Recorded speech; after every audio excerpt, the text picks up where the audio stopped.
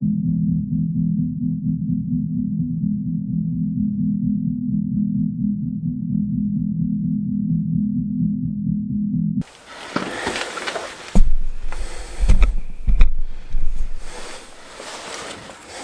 là, ça c'est l'enfer. Ce qu'il faut comprendre, c'est que c'est un système de connexion rapide. Et vous êtes à peu près sûr que connexion rapide, dans le monde industriel, que quelque domaine que ce soit, c'est significatif. C'est un homonyme en fait pour dire emmerde rapide. Parce que c'est rapide à mettre, mais c'est la merde à enlever. Je trouve que c'est pas fiable. Et ouais, c'est juste horrible. En fait, c'est un système de bouton poussoir. On est censé pouvoir tirer sa merde. On est censé pouvoir tirer dessus et l'enlever rapidement. Sauf que forcément là, c'est exposé aux éléments. Hein, ça, c'est la goulotte d'arrivée d'essence. On fait le plein, ça descend là-dedans. Donc, c'est exposé aux éléments. Et du coup, ça part pas. Ça se remplit de merde. Ça se remplit de merde et c'est impossible à enlever. Alors, faut pousser et tirer normalement et ça est censé partir.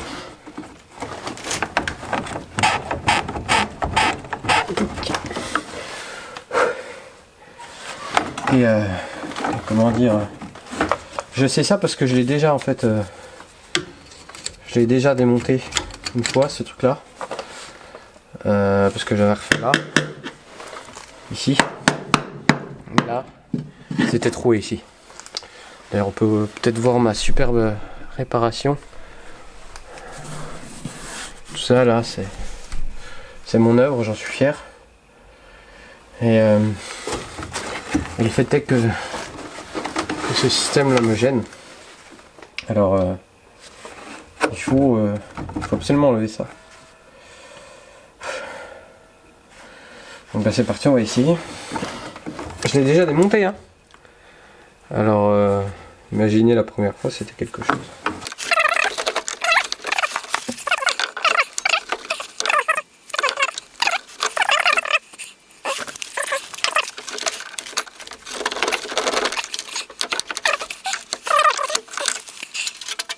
Pourquoi je l'avais enlevé déjà avant? Parce que j'ai réparé aussi derrière.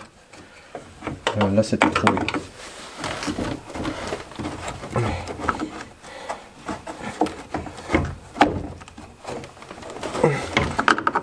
Ouais, c'est pas la bonne technique.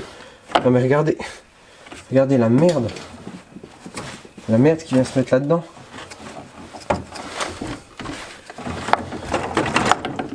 Direction le réservoir. Très bonne idée, très bonne conception. J'approuve. Bon. Maintenant il va falloir enlever ça. Ou alors il faudrait que je ferme le réservoir avant.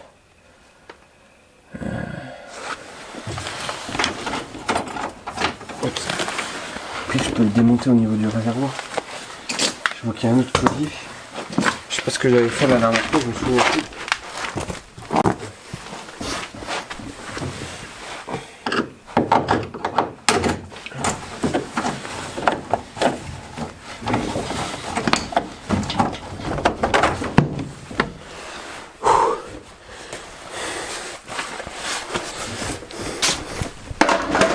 So long.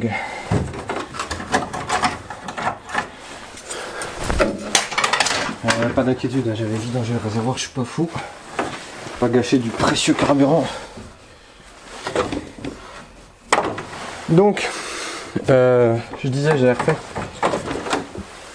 Donc là, j'avais refait. On peut voir ma réparation. Pas dégueulasse hein, pour être temporaire. Faut dire que là, tout là, il y avait un trou. Parce que forcément, comme les projections de la roue viennent là, et que Peugeot a décidé dans son infinie sagesse de ne pas protéger des parties métalliques au niveau des roues avec des pièces en plastique. Pourquoi pas, hein. Après tout, c'est surfait. Bah, du coup, ça s'est mis à rouiller. Surtout quand on a cette pièce en plastique rigide qui garde toute la saleté. Et quand je vous dis garde toute la saleté, là, ça paraît propre. Alors oui, c'est sale, mais ça paraît propre par rapport à ce que j'avais avant. Quand je l'ai enlevé la dernière fois, c'était blindé de boue, et les boues, elles gardent l'eau, puis là, bah, c'est la fête du slip pour la rouille, quoi. Donc Donc du coup, voilà. Je vais vous montrer un peu ce que j'ai fait. Je vais essayer de prendre la caméra. Je mets comme ça. Bien sûr, vous ne voyez rien. Ok. Là, vous voyez peut-être mieux. Entre, je m'en fous.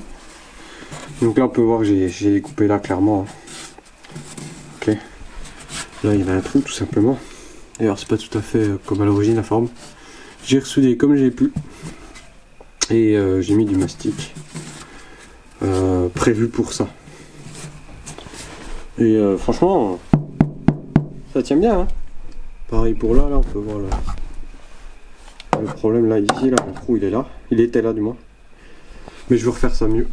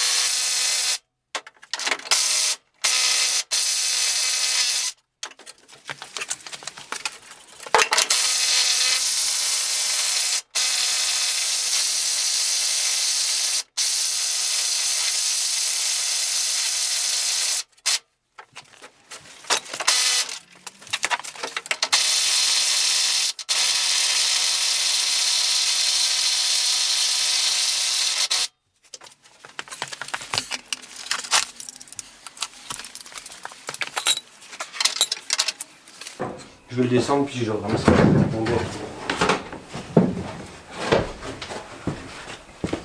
Bon, si tout se passe bien.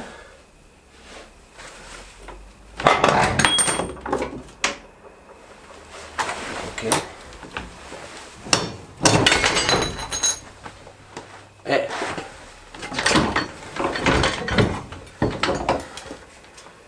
Ok. J'ai peut-être pas tout bien débranché. Ah ouais.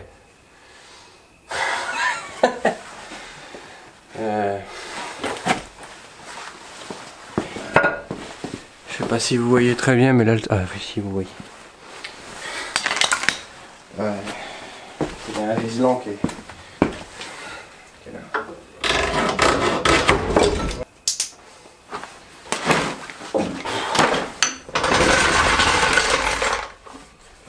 Et ça par contre je vous conseille vraiment un cri de ce genre là. Moi j'ai toujours été radin au niveau des cris, je me dis ça sert à rien d'en acheter un cher. Bah non seulement le cri, non seulement il est super bas. Ouais il est super bas. Il est super haut, plus que des trucs à des balles. Et en plus de ça, ben là le train arrière il est posé par terre et puis le truc a pu rouler en dessous sans problème quoi. Donc c'est juste terrible. Puis en plus là la plateforme est bien large, ce qui fait que ça maintient mieux je trouve les pièces.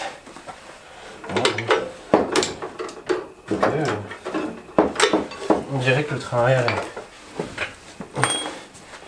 est prêt à sortir d'ici. arrière qui ne retouchera pas ce châssis, hein, bien entendu. Parce que c'est, comme je l'ai déjà dit, un train arrière de 106 basique, on va dire, avec des tambours. Je crois pas qu'ils sont en mauvais état en soi. Je pense qu'il avait dû être changé. C'est pas celui d'origine, je pense. Je pense que c'est pas celui d'origine parce que déjà on dirait que ça a été repeint ici. Et ensuite parce qu'il est en trop bon état pour être celui d'origine. Ok. Il n'y a plus qu'à tomber le réservoir maintenant. Pareil, là, je vais pouvoir vous montrer comment faire. C'est juste des vis à dévisser, puis il est vide en plus. Alors, là, je me sens un peu plus rassuré de travailler sous la voiture avec le train arrière en moins. Parce que normalement, c'est quand même plus léger, je peux la soulever. Je disais, une fois que j'ai tout démonté, je vous fais un petit tour, un petit état des lieux en dessous, pour que vous voyez la catastrophe en termes de rouille. C'est pas non plus la mort. Hein. Ceux qui connaissent un peu les 106 ont l'habitude de ce genre de rouille. Pour le réservoir, ça devrait aller vite. Ce que j'ai fait, c'est que j'ai pris mon chariot d'atelier, Lidl, Parkside du moins. Je l'ai mis en mode chaise d'atelier, on peut dire. Et je l'ai poussé sous le réservoir. Il me semble que sur les réservoirs de 106, il n'y a que deux écrous à enlever pour qu'il tombe et qu'il est un peu emboîté comme ça. Donc ce que j'ai fait, c'est que je l'ai poussé en dessous et là je vais pouvoir dévisser les deux vis. Bon, j'ai enlevé les deux vis. J'ai dû utiliser un outil de persuasion que j'aime pas trop utiliser dans un réservoir parce qu'une des vis était totalement morte. L'autre, j'ai réussi à prendre une douille d'un vieux coffret que j'avais de merde Noroto. Je l'ai tabassé dedans, j'ai mis des coups de marteau et puis elle s'est bloquée.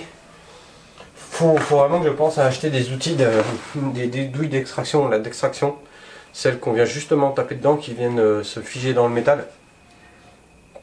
Parce que là, ça aurait pu être une situation compliquée, sachant que là donc sur la gauche, l'écrou était comment dire, accessible. Donc j'ai pu y aller à la disqueuse, c'est vers un réservoir, bon, il est vide de toute façon, mais on sait jamais.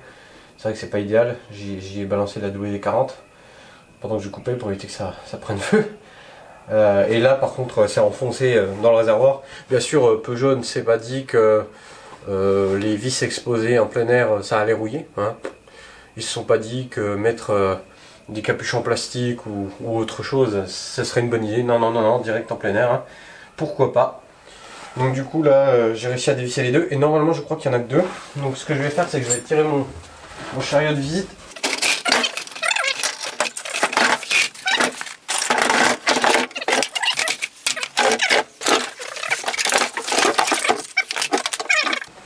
On a fini de démonter. Putain, c'est vrai que vous êtes trop bas. Je vais m'asseoir. Ah, c'est bien. On a fini de démonter la 106. Enfin, fini. Il reste le ciel de toit, 2-3 bouts de faisceau, des conneries. Mais globalement, c'est fini. Je pense que j'enlèverai le ciel de toit hors champ, on va dire. Ce que je vais faire là, c'est que je vais pas arrêter l'épisode maintenant parce que ce serait vachement court. Surtout que j'ai voulu faire ça plus vite. Ce que je vais faire, c'est que je vais vous montrer un peu l'état de la caisse, qui est juste ridicule. Et je vais vous expliquer mes plans pour cette voiture. Ok, donc je vais vous dire où j'en suis. J'ai retiré le ciel de toit. J'ai enlevé le pare-brise aussi. Alors c'était un peu galère, je l'ai abîmé malheureusement dans cet angle là. Je pense que ce sera réparable. J'ai déjà vu des vidéos à ce sujet là, donc je vais m'entraîner et puis au pire je le changerai s'il sera abîmé. Si vraiment ça ne va pas. Je vous montrerai comment j'ai fait. J'ai utilisé un outil un peu particulier, je pensais pas que ça marcherait. Au début j'ai tenté une technique et c'est ça qui l'a abîmé. Et après j'ai utilisé un outil assez particulier et franchement ça a bien fait le taf. Mais bon, c'est pas la question. Donc j'ai enlevé le pare-brise, j'ai enlevé ce qui reste à l'intérieur, que ce soit vis, reste de faisceau. Là il n'y a plus les durées de frein, il n'y a plus rien. À part les deux roues que j'avais mises pour faire rouler le châssis, il n'y a vraiment plus rien. Donc de toute façon elles vont partir ces roues là. Ce que je suis en train de faire, c'est pas, je suis pas en train de renforcer le châssis pour une préparation fait maison, on va dire, avec des restes de métal ou quoi. Non, en fait je suis en train de préparer une rôtisserie. Donc là ce que j'ai fait, c'est que j'ai enlevé, j'ai dépointé là cette pièce là tant bien que mal parce que j'ai pas les bons forets encore. C'est gêné là, donc je l'ai enlevé, puis ça me permettra de nettoyer la rouille en dessous. Je vais vous montrer. On voit pas très bien, mais il y a un peu de, il y a de la rouille de toute façon. Je nettoie complètement ce châssis. Bref, et l'idée là, c'est de trouver un moyen de, bon, il est tout troué en fait. Hein. Je vais percer à travers cette cornière là. Je vais venir visser là et là à travers les aimants de la suspension. Voilà, puis je vais certainement pointer aussi au châssis. Je pense que je vais, après ça, je vais peut-être me prendre soit sur les supports moteurs, soit sur les supports là qui vont à l'avant. Je crois que je sais plus, je crois que c'est pour les, je ne sais plus à quoi ça sert ça. Bref, en tout cas, me prendre là-dessus et là-dessus, et sur cette barre là. Ce que j'ai fait, c'est que j'ai acheté ces deux comment dire, profilés en acier creux. Donc, le but ça va être de souder celui-ci puis de le passer là-dedans, comme ça ça pourra pivoter. Alors bien sûr j'ai du métal qui sert à armer le béton, des morceaux assez gros, et je vais en mettre un là-dedans puis le souder, comme ça ça renforcera, mais après de toute façon c'est assez léger. Puis pour moi ce sera assez solide, j'aurais mis plus, mais bon ça coûte cher le métal, donc je fais avec ce que j'ai. Donc voilà, l'idée c'est de faire une prise ici, et après ici, donc bah là hein, il y aura un pied qui va descendre, et puis une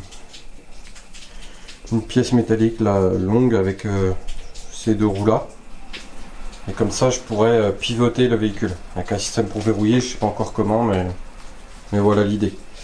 Et donc du coup bah, pareil de l'autre côté. L'autre côté, au début je pensais prendre sur les éléments où on vient fixer le châssis, pardon. Sur les éléments où on vient fixer le train arrière.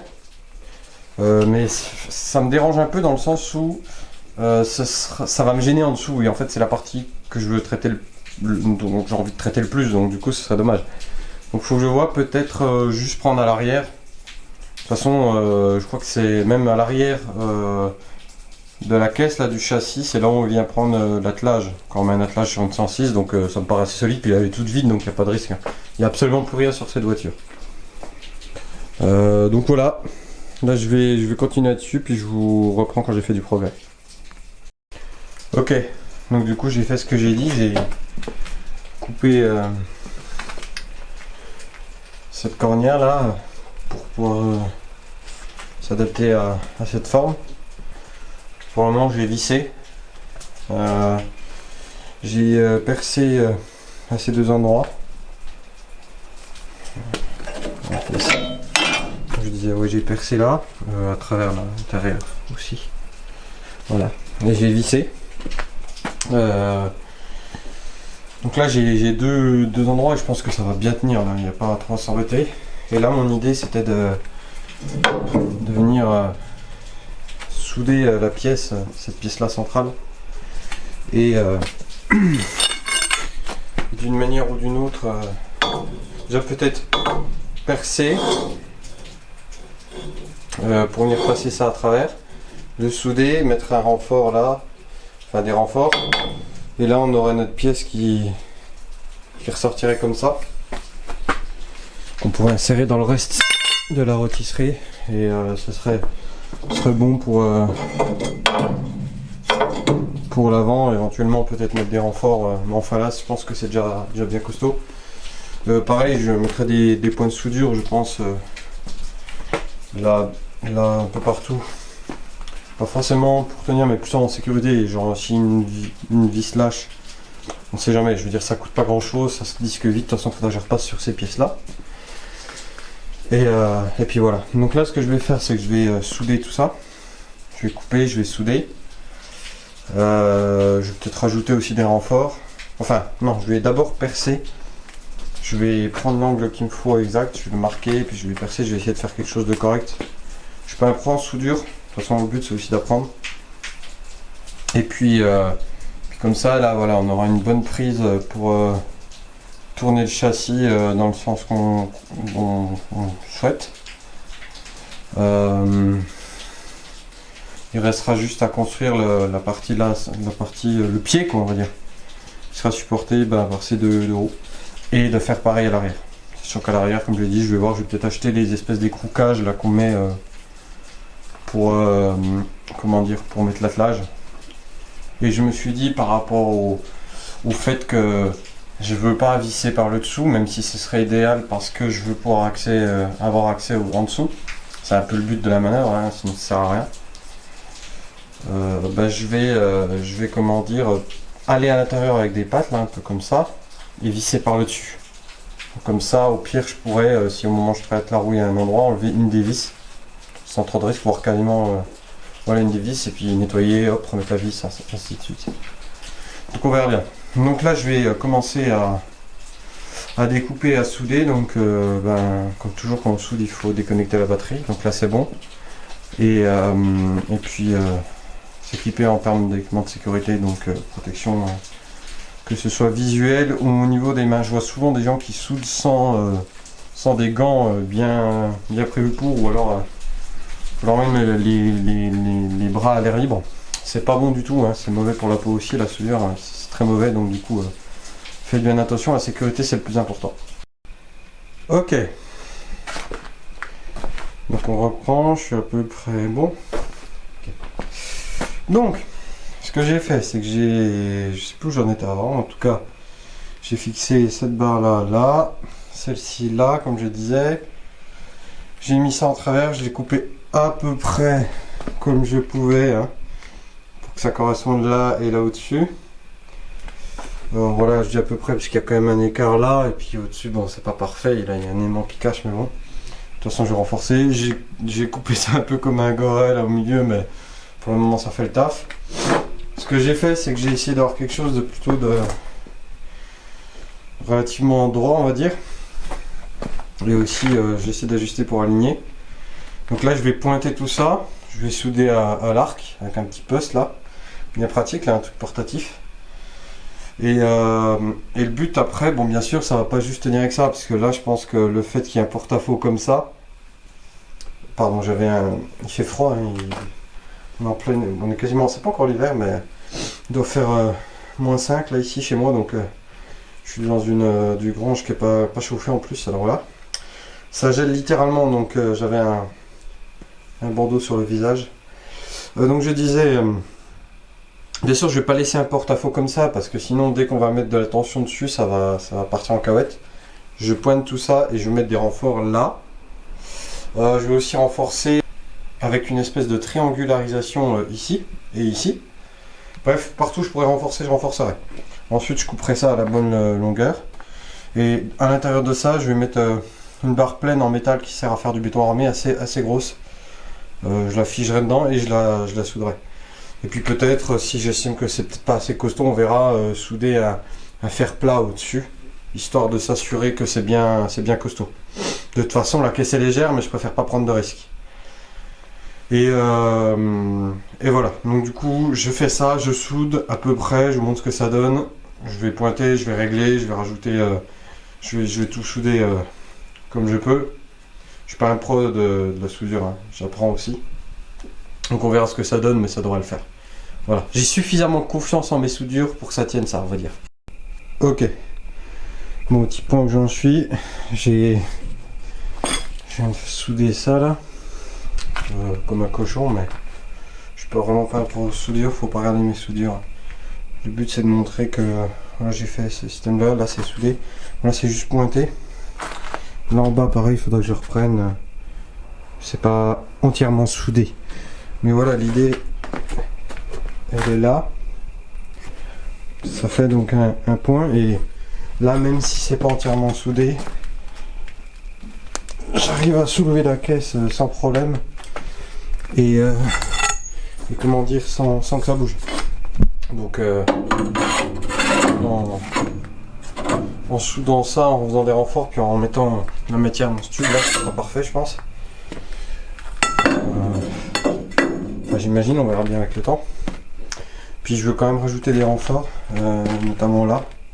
Je pense, comme j'ai dit ici, hein, triangularisation. Peut-être pareil ici, je verrai. Et là, j'aimerais vraiment trouver peut-être des plaques. J'en ai, je sais pas si ça c'est. J'aimerais éviter d'utiliser celle-ci parce que c'est pour les roues. Ouais, je peux pas utiliser celle-ci, mais en tout cas, le fait est que trouver une tôle là, en triangle, la souder ici pour vraiment rajouter du renfort. Et là, franchement, si je finis de souder là, je soude là, pour moi ça bouge pas. Hein. Enfin, on verra bien avec le temps, mais en tout cas là, c'est assez costaud. Donc voilà, le but là, ça va être de renforcer ça, de souder ce qui reste à souder, nettoyer un petit coup de peinture pour éviter que ça rouille. Bon, après, pas de l'art, je m'en fous. L'essentiel, c'est que ça tienne. Comme j'ai dit, oui, je suis pas parfait, c'est pas parfait, mais on fait avec ce qu'on a, c'est les moyens du bord, c'est de la récup. Je vais aussi mettre des petits points de soudure par ici, un peu partout là, que je recouperai par la suite, juste pour m'assurer que voilà, si jamais une vis se barre, bon bah je le vois et que ça me fasse pas une frayeur à ce moment-là. Et après on va attaquer la partie derrière. Une fois que les deux seront faits, je pense que je ferai des prises de mesure pour par rapport au sol pour faire le reste du support, de la rôtisserie. Je pense que je vais finir ça, arrêter la vidéo là, enfin du moins arrêter la partie rôtisserie là, parce que j'ai quand même fait pas mal de taf. Je vais vous montrer la rouille en dessous en fait. Et on va arrêter l'épisode là. La 106 est totalement démontée, j'ai commencé la rôtisserie.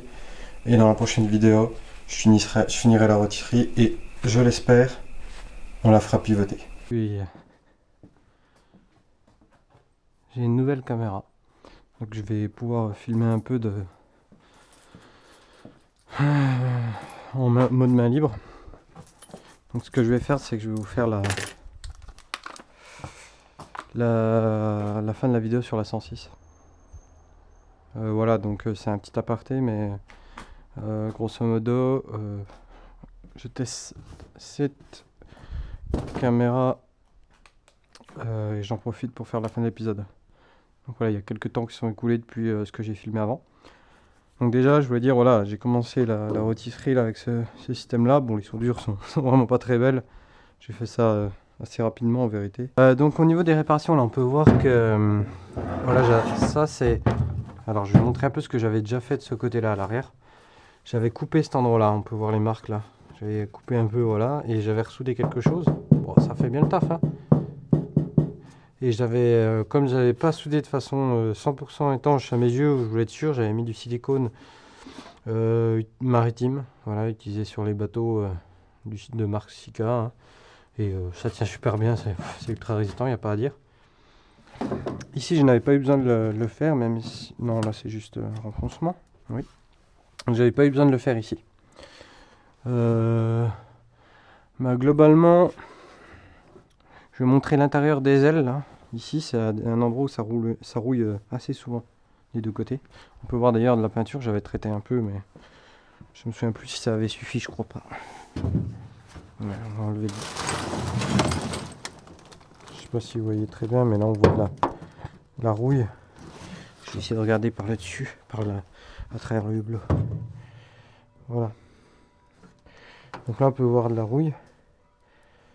Le plus impressionnant, ça doit être ici en fait, là. Je sais pas si vous voyez très bien, mais je vais enlever.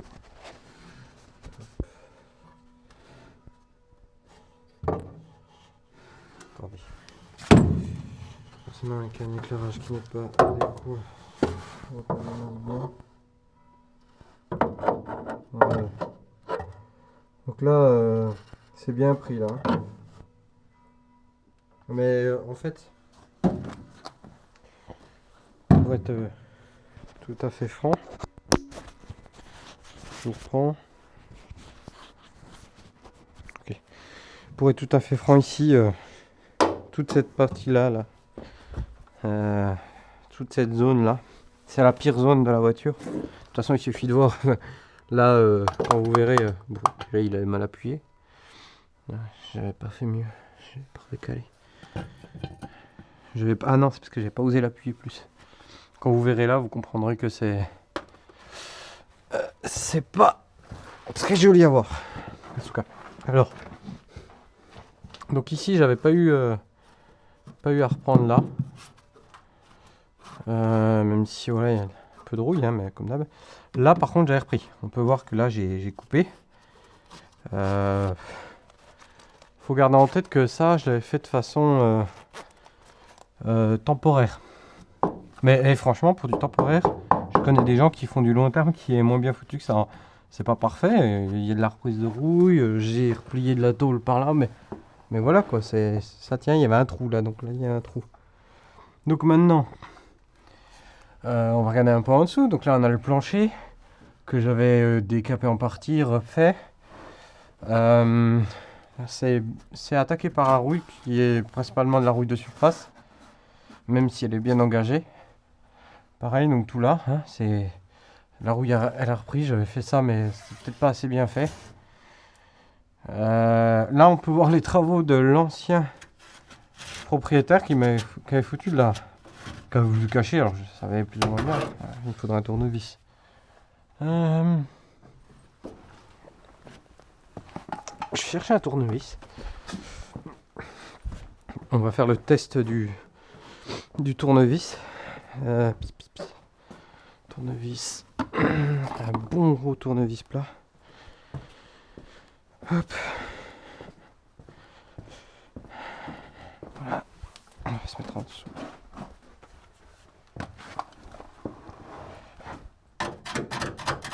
Voilà.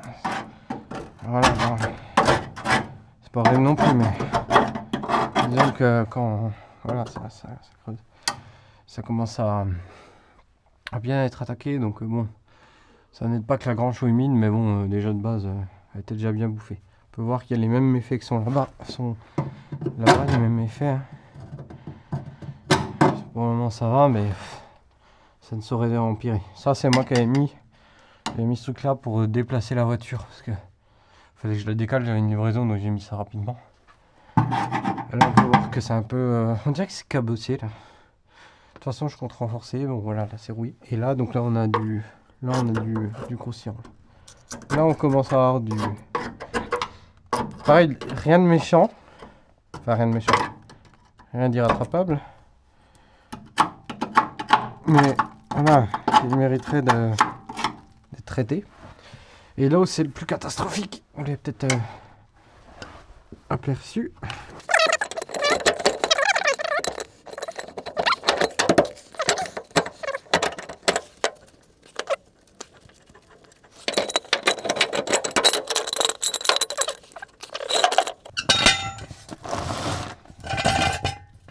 Voilà, hop.